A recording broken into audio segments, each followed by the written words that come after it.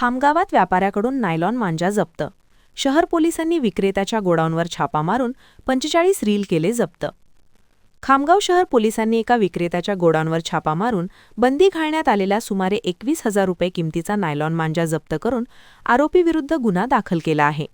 खामगाव शहर पोलीस स्टेशनचे पोलीस निरीक्षक रामकृष्ण पवार व त्यांच्या सहकाऱ्यांनी आज 12 जानेवारीला धडक मोहीम राबवून शहरातील मोची गल्लीतील योगेश राजेश चव्हाण यांच्या गोडाऊनवर छापा टाकून त्यांच्या ताब्यात असलेले 21,000 रुपये किमतीचे 42 नग नायलॉन मांजा रील जप्त करून त्यांचे विरुद्ध भारतीय न्यायसंहितेसह पर्यावरण संरक्षण अधिनियमानुसार गुन्हा दाखल केला आहे. नायलॉन मांजामुळे होणाऱ्या दुर्घटना लक्षात घेता जिल्हाधिकारी डॉक्टर किरण पाटील यांनी पुढाकार घेत एका आदेशान्वये जिल्ह्यात नायलॉन मांजाच्या निर्मितीवर, विक्रीवर तसेच वापरावर बंदी घातलेली आहे. आदेशाचे उल्लंघन करणाऱ्यांवर मोठ्या आर्थिक दंडाची तरतूदही करण्यात आली आहे.